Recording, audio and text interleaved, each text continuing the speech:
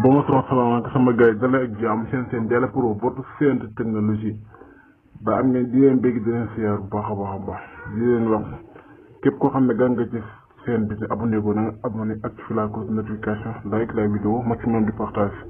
tey dañu lay indi benn astuce bu am solo na ngay def boo vérifié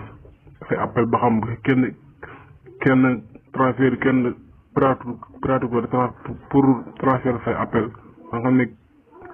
bopp na ngay def boo vérifié ko ba xam ñi nga xam ne ñooy déglu say appel ak ñi dañuy déglu say message nga xam ne na ngay def ba supprimer ko te noonu la ñu fas yéene indi ko pour na ngay def ba dindi ko avant loolu képp koo xam ne abonné ko tamit da ngay abonné partagé like la vidéo liste boobu moo nekk après da ngay ñëw ni ci appel téléphonique nga ñëw appel fi ngay composé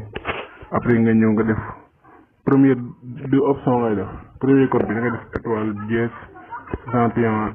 dièse après nga bës appel après nga xaar mu ñëw nga xam mbarta après bu ñëwee li la indi bindal la transfert de appel ou voix non transfert données non transfert télécopie non transfert SMS non transfert sa signalisation non transfert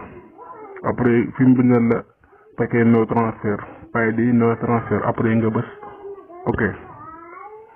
après nga ñëw bëgg effacer après nga ñëw après boo bëgg effacer da ngay ñëw nga def nii dièse 002 def dièse nga bës ok nga xaar mu ñëw instant bi mini transfert de appel problème de connexion continue na validé instant bi boo bëgg xam na rek ngay def kon sama gars yi bi loolu la indi loon vidéo wax na vidéo bu gàddoon loolu la indi loon ci astuce kon sama gars yi di leen jox tëdd ci yeneen vidéo